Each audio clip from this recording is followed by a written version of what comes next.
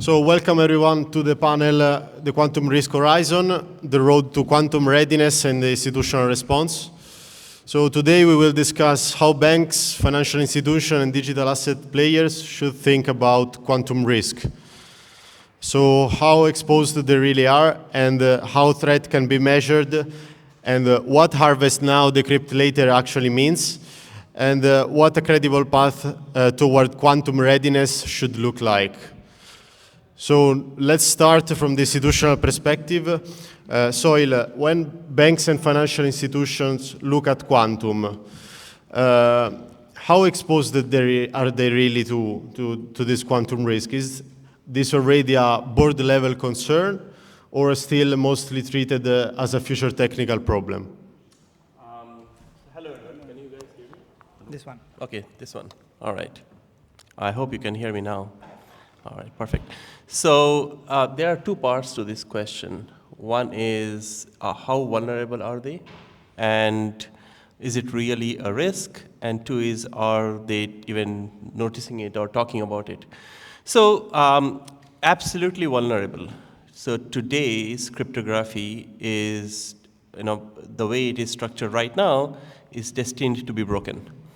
The current cryptography, as you saw earlier, rests on mathematical equations, and quantum computers are designed basically to process things faster and would make the cryptography irrelevant.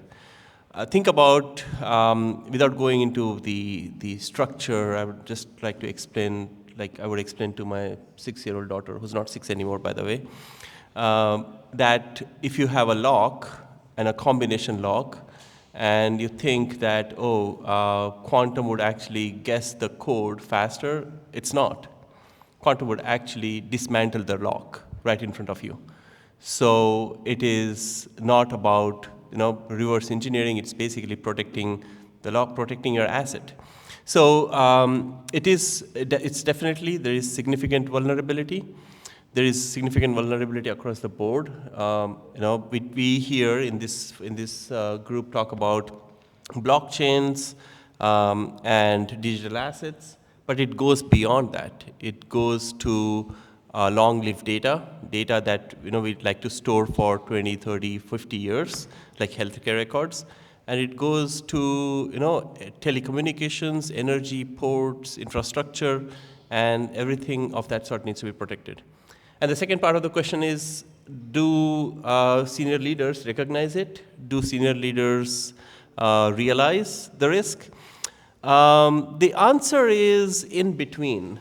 Based on our conversations with various senior leaders in various countries, to be honest, like talk to people in the US, talk to people in Canada, one of the largest banks in Canada, one of the largest conglomerates in India, one of a few major banks across North America. The answer is somewhere between. Some senior leaders are cognizant, some senior leaders are pushing it down, but it is not where, the urgency is not there yet. Only 5% of institutions are worried about it. And in my opinion, I think it's too late. I think they need to get their act together and at least start realizing and start putting plans together. It is getting on the agenda by the risk officers, technology risk officers, and realizing it, but the urgency is not there, which worries me a lot. Earlier we had a conversation, and I'm sure you're going to bring it up, that there are two factions to the entire quantum thing, but I'm on the side where the sky is falling and everybody needs to actually kind of find cover. Thank you. Fabrizio, before institutions can respond to quantum risk, they need to understand how to measure it. So what are the key variables that determine whether a system is truly quantum exposed? Are we talking about cryptographic algorithms, data sensitivity, time horizon, or something else? The key variable is actually IQ, in my opinion.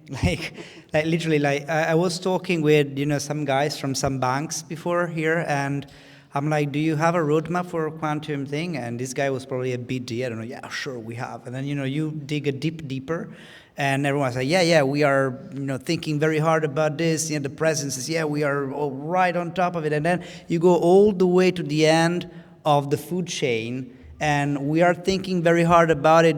Pretty much means there's just one junior engineer in a shitty basement that is basically, has everything on his shoulders and is the only fuck that they put, up to that job and is desperate. So I think that, yeah, we can measure, we can talk about fidelity counts, qubit counts, what all the biggest quantum players are doing. Is their strategy like open, or are they like more advanced than they pretend to be and they're not releasing research? All that is fine, and about that I can just say that it seems like everyone is pretty much in line with the roadmap that they established. But in the end, the real measurable thing is the amount of intellectual capital that institutions deploy on the problem. And in my opinion, at the moment, the overwhelming majority of institutions are still like in the performative stage. They are realizing that the problem is real, the timeline is real, but they are not really deploying pretty much anyone. They're just like, probably getting scammed by, I don't know, some shitty contractors around, or assuming some interns to do that kind of stuff. The cool thing and the fine thing, I think, is that paradoxically, to protect yourself against quantum threats, you do not need advanced quantum knowledge. This is what a lot of people misunderstand. So quantum knowledge is needed to have estimates of how far down the road quantum computers are to become relevant. But the field that is about quantum protection, that is called post-quantum cryptography, has almost nothing to do with quantum science. That is basically classical cryptography that we know is resistant to quantum threats. So it's basically like saying, I build armored doors. I do not need to be an expert in building guns or cannons. The only thing that I have to know is how massive the projectile and how fast the projectile I'm building the door are, That's everything I need to know. So this is good because usually classical cryptographers are way more abundant as a resource than pure quantum cryptographers or quantum computer builders. But yeah, to answer your question, I think the thing that we should really measure is the amount of resources that are invested in this thing at the moment. We know that the attacking side is investing literally billions of dollars per year to progress as fast as possible. And yeah, that's where we are. Thank you, Fabrizio. Now let's move to Bitcoin and crypto more broadly. Eric, the quantum debate often becomes ideological very quickly. From your perspective, what is the real vulnerability in crypto today? For example, exposed public keys, old wallets, or coordinated consensus changes. What do you see in the crypto sphere now? Well, frankly, all of the above. It's so quantum and Bitcoin. Are interesting together because Bitcoin has sort of emerged as the quantum grand prize. It's both a network that has trillions of dollars of value locked up in exposed public keys, and it's also a system that has designed itself to be very slow to change. So there are some people that say that the only real point of building a quantum computer is to steal Satoshi's Bitcoin. Like that's the if you build a business on building a quantum computer, maybe that'll be the biggest profit that you can make. It's and where we are in terms of like adapting or responding to this threat, I think it is fair to say that.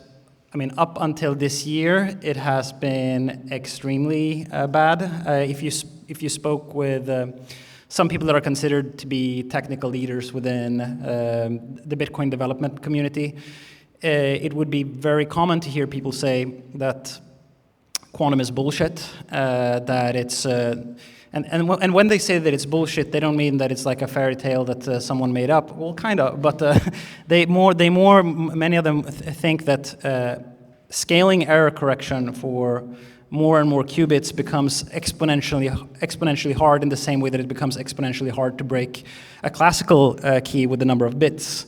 So it's not that they say like quantum physics isn't real, quantum mechanics is not real, you cannot build a quantum computer. They're saying that it's going to be costly and exponentially costly so as to crack a key in the similar way that it's exponentially costly to crack a classical key. That is not true, and we have already seen that with the Willow chip and other experiments in quantum that it's hard to build a quantum computer. It's difficult, but there's no evidence. I mean, it might be the case, but there's no evidence that says it is exponentially hard. So the response has been very slow, and you also have a lot of people saying, okay, I believe that maybe there can be a quantum computer, but it's not going to happen until, let's say, 2040 or 2035. Which is also, I mean, people are just guessing, and it kind of goes counter to the security conservatism that we have in crypto overall. Like we don't have 256-bit keys because we think that a classical computer that can crack 256-bit is around the corner. We have it because it's so far that it's never going to happen. So you don't take risks with existential threats and just try to be just good enough until everything fails. You need to be prepared way ahead, and we haven't been that way in Bitcoin, but it's starting to change now.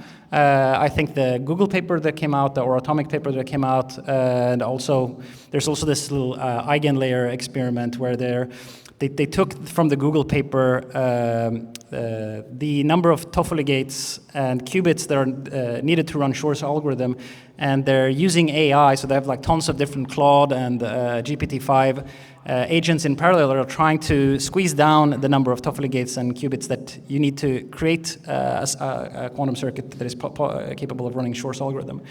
So people, when they're starting, I think now when people are starting to see how quickly things accelerate with AI, it helps people to understand that can also happen with quantum, and you can also, it's also a combined thing, right? So AI can also accelerate quantum. I think even with the AI outside of the question, we still have to act now and today, but I think this is something that is helping people to move. But the problem is multifaceted. There's tons of capital at risk. There's a migration issue to move those exposed pub keys to secure addresses. And how long do you, like if someone has, let's say you're a Bitcoiner, you have $10 million in Bitcoin, and now we're gonna say after 5 years, you're not gonna be able to spend that type of quantum vulnerable key anymore. How long is the heads up that you should give a person? Because to me, like a freedom technology like Bitcoin, you're supposed to be able to go to jail for 10 years and come back and still have your Bitcoin. If it's not, then you should bury down some gold in the ground. So that's why like we need to have these very, very long migration windows. And right now we're already running out of like what starts to look like a too short of a migration window, even if we start now, if you look at like aggressive quantum timelines.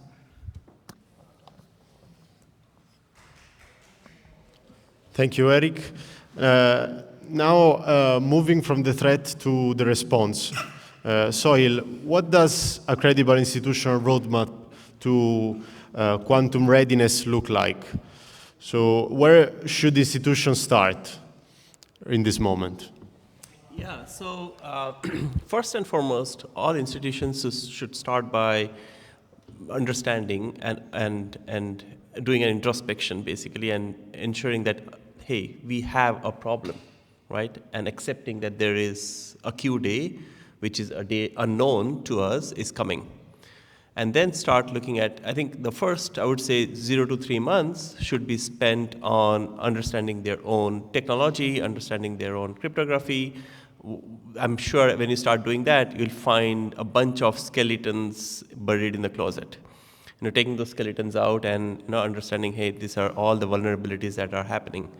And then start working toward creating a migration plan. Right, and that's where a terminology known as crypto agility comes into play, where you start to create a process while the idea is that, hey, you got to change the tires when the train is still running or when the car is still running, and how do you do that? And so that's a big challenge. And that's where crypto agility comes into play, where you actually start to build a hybrid technology. And that's where once you identify where the vulnerabilities are, you start prioritizing them and say, okay, I'm going to address this, that, and the other first, which are more complex or which are required to be upgraded sooner than later because they are highly, it would be a high impact to either their company or the country in many cases. So it's important that that gets factored in and then slowly move toward implementation of a hybrid cryptography, right? So part on PQC, part on old cryptography, because you don't want to just turn it on one day because as I said, right, the car still needs to run. And once that happens, which would take close to 3 years for all this process to take place. And then you start monitoring, and that is after 3 years, you start monitoring in terms of, hey, whether it's working, it's not working, what do we need to go back, do you want to change, do you want to go back to the hybrid approach for a certain period of time, and then go into post-quantum. So one of the very important factor is also vendors, because you can build a shield around your own house, but there are vendors that you depend on. And if those vendors also need to be PQC ready, ensuring that those vendors are PQC ready is critical. So it's multiple steps that need to happen, and that's why it has to happen as of yesterday, not as of now. It has to happen as of yesterday. Thank you. Now, Fabrizio, let's talk about harvest now, decrypt later. Is one of the most discussed risks in this space. Which types of institutional data or financial infrastructure are most exposed to this kind of attack, and what should already be protected today? Sure. So for people that don't know, harvest now, decrypt later means intercepting encrypted traffic, which is safe today. And then as soon as quantum computers become available, we decrypt that traffic and extract the information. This is especially noticeable at state actor levels where, a foreign state may be interested in, again, intercepting a large amount of data from other countries and then build a knowledge database about it. So basically, the way communication happens today, it's a bit complicated, but we use some algorithms that are called public key cryptography algorithm to basically share a secret that is called a session key, basically. And then we use this session key to encrypt the traffic using a symmetric key cryptography scheme. Now, the reason why I'm telling you this is that the symmetric part is totally quantum safe at the moment. We are using AES, which is a quantum safe algorithm, more or less.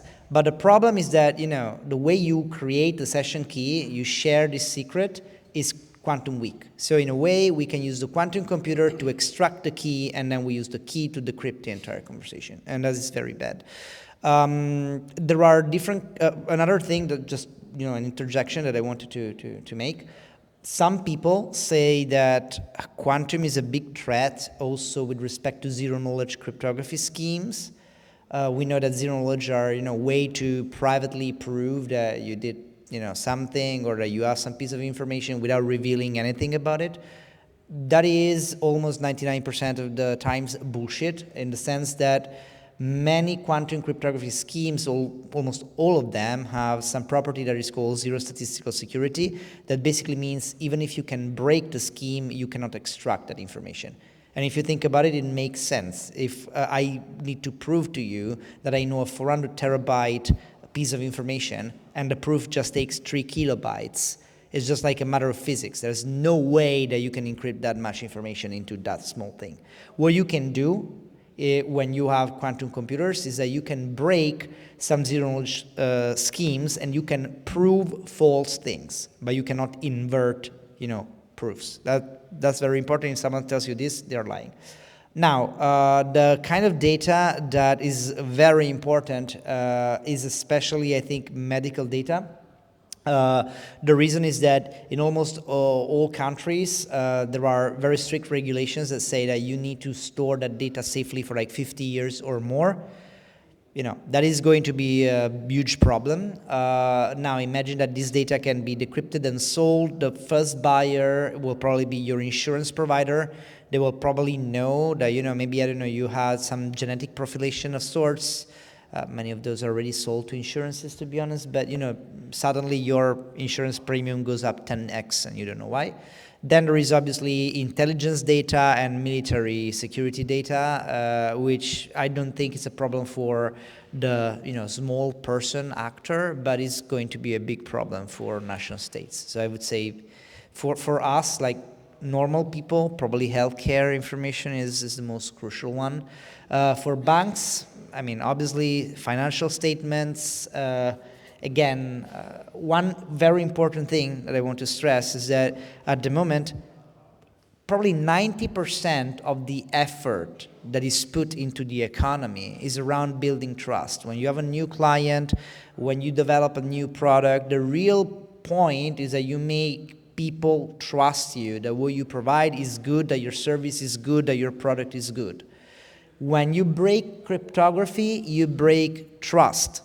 Maybe there is nothing on your bank account, or maybe you are super healthy, but the problem is that you won't trust your hospital and you won't trust your bank afterwards. You won't trust your cryptocurrency, you won't trust anything around you. And that basically breaks down the economy at a very fundamental level. That has nothing to do with the products the economy, makes go around about. It's not about that. It's about breaking trust, which is, I think, the scarcest and most fundamental resource in society at the moment. Thank you, Fabrizio. Now, let's jump back to crypto. Eric, protocol upgrades are never just technical. They are also social and political. If quantum risk becomes urgent, how realistic is it for decentralized networks to coordinate timely migration to quantum-resistant standards? Yeah, so the thing with decentralized networks is that they don't all have to do the same thing at the same time. So if you have a decentralized network, some parts of that network can say, hey, we actually do think that quantum is bullshit, we're not going to upgrade, we're going to stick to this version. Then they become a fork of Bitcoin, and the market essentially then decides which one of these two versions of Bitcoin, the one that has started its migration or the one that thinks this is bullshit, the market assigns. Like when you trade Bitcoin 1 versus Bitcoin 2, this has happened, this maybe sounds weird, but it has happened multiple times. The previous time this happened in Bitcoin when the market couldn't agree, or when the network couldn't agree, should the block size be 8 megabyte or 1 megabyte? Like what should the size of the blockchain be? How fast should it grow? When we couldn't agree on that, now there are two different Bitcoins. There's Bitcoin Cash and there's Bitcoin. So that disagreements happen in networks is common. It's the purpose also, that this is the mechanism that makes it decentralized, that we can disagree and we can create our own coins. But generally there tends to be a winner is elected because it's just the way of the market that you want to be a part of the largest network effect. So even sometimes if you disagree, you'll still, if you want to use Bitcoin, maybe you'll accept that some technical parameters that you didn't agree on. That's what most people are doing. So one tends to grow and become the dominant one after a while.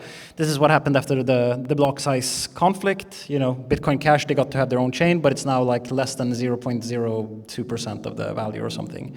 So there's going to be disagreement. It's going to be difficult to reach consensus, and the thing that is going to create the largest divide is because it's much worse than any type of conflict that we have ever had before. And the conflict goes like this.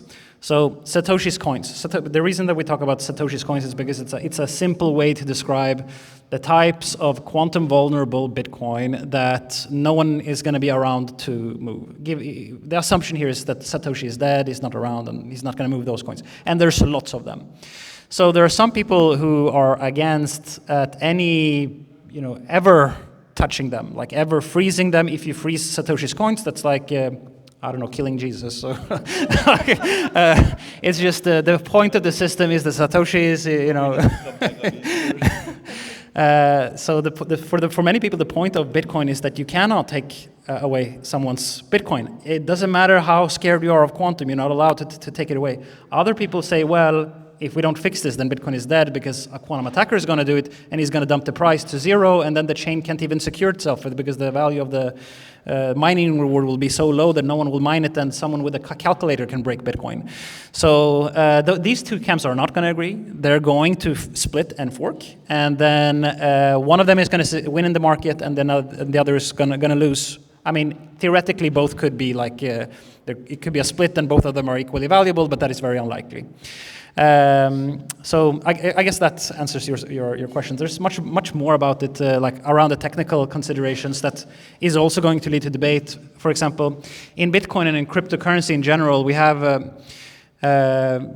we always take like cryptographic problems, but since we in crypto we have such weird constraints, like it needs to be super fast and it needs to be super small and it needs to be super difficult to fuck up for an average user that actually deals with their own cryptographic keys. So the space in which we deal with cryptography in cryptocurrency, it's like doing skateboard tricks with cryptography. You have to do them really fast in a special way. It has to look smooth. So it's not like normal. It's not like the challenge for banks that, okay, they need to upgrade to a post-quantum safe scheme. We have to upgrade to a post-quantum safe scheme that is both like the security parameters needs to go back, way back, because we only get like, to change it is very difficult, so we want to base it on like a hash-based cryptography, something that is very well tested. We also want the sizes of the signatures to be extremely small. We also want them to be cheap to generate, and and we also want it to be impossible for the user to fuck up, so we can't have like stateful setups where if you double sign, you lose your key or things like that. So for us, it's exceptionally difficult to get it right, which is why we're going to fight about it a lot. But as things get closer and closer to Q-Day, we're going to have to agree it's going to be the most difficult thing that the Bitcoin community has ever done. But the opportunity here that we have, I'm going to end on this point, the opportunity that we have is that when you compare Bitcoin to gold, gold is good because it cannot change. It doesn't matter if the community goes crazy, gold is gold.